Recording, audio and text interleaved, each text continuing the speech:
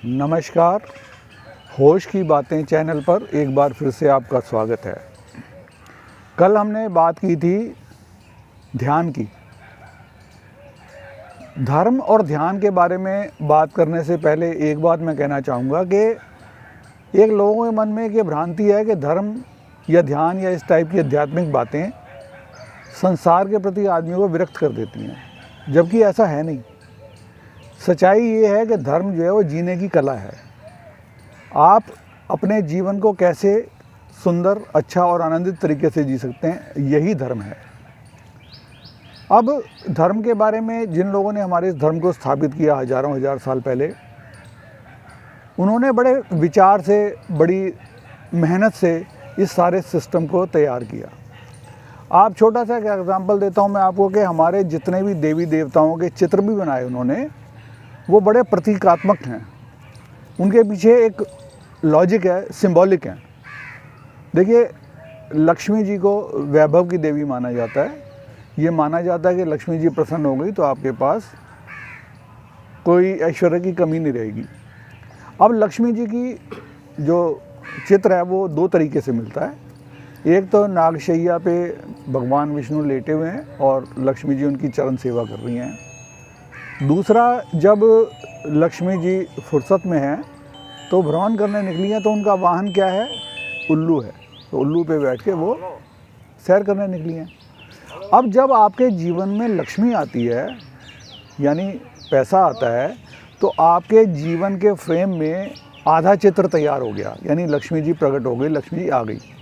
अब उस चित्र को पूरा करना आपने है कि आप उसमें विष्णु जी की जगह बैठना चाहते हैं या उल्लू की जगह बैठना चाहते हैं। यदि आप विष्णु की जगह बैठे तो लक्ष्मी जी आपकी भी सेवा करेंगी और आपको हर प्रकार का सुख देंगी। लेकिन यदि आपने उल्लू की जगह का चुनाव कर लिया तो बस फिर तो आप लक्ष्मी जी को बस उठाए घूमोगे कि मेरे पास बहुत पैसा है, मेरे पास बहुत पैसा है। तो इसी तरीके से हमारे धर्म में हर चीज़ सिंबॉलिक है, उसके पीछे कोई ना कोई मैसेज है।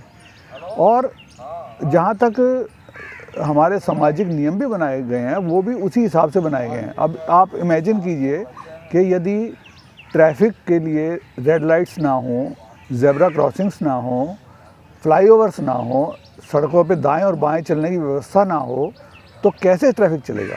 क्या संभव है कि ट्रैफिक चल पाए?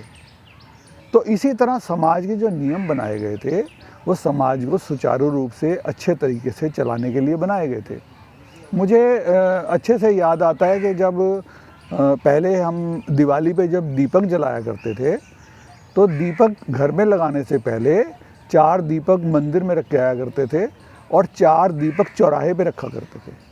उसका सीधा सीधा था कि जो हमारे पूजा स्थल हैं, देवालय हैं, वो प्रकाशित रहें और मोहल्ले में भी प्रकाश रहे। ऐसा नहीं कि सिर्फ हमारे घर में उजाला हो, मोहल्ले में अंधेरा हो, ऐसा नहीं। तो उसमें लॉजिक यही था कि जब समाज में सब तरफ उजाला होगा, सब तरफ खुशी और आनंद होगा, तभी हम आनंदित हो सकेंगे। अब आप देखिए कि आपका घर है, मकान है, उसमें एक आपको कमरा मिला हुआ है। अब यदि वो घर सुरक्षित रहेगा तभी आपका कमरा भी सुरक्षित है। लेकिन यदि वो घर ही गिर गया, ध्वस्त हो गया, टूट गया, तो आपका कमरा कैसे सुरक्षित रहेगा? तो इसी तरह से हम सुरक्षित हैं, खुश हैं, यदि सब लोग खुश हैं। यदि सिर्फ हम अपनी खुशी के बारे में सोचेंगे तो हम खुश नहीं हो सकते। तो धर्म जो है, धर्म और ध्यान की तो बड़ी एक छोटी सी बात है कि हम रोज़ बातचीत में भी कहते हैं भाई इसको ध्यान से करो, उसको ध्यान से करो, ध्यान से करो। वो ध्यान का मतलब यही है, ध्यान मन को एकाग्रचित करने की कला है। यदि बच्चे पढ़ाई करते हैं तो वो ध्यान करके पढ़ाई करेंगे, उनको मन एकाग्र होगा, बेटर रिजल्ट आएंगे। हमारे नौजवान साथी नौकरी कर रहे हैं या बिज़नेस कर रहे हैं तो वो उनका ध्यान केंद्रित होगा, वो अच्छे से करेंगे। तो ये ध्यान जो है, इसको सिर्फ अध्यात्म से ना जोड़ें, इसको दैनिक जीवन से भी जोड़ें। इसी तरह धर्म कोई ऐसा नहीं है कि आपको विरक्त कर देगा, दुनिया में कुछ छोड़ना पड़ेगा, कुछ भी नहीं। जीवन को अच्छे तरीके से चलाने के लिए, अच्छे ढंग से जीवन के लिए जीने के लिए धर्म की ज़रूरत है। आज के लिए इतना ही। धन्यवाद।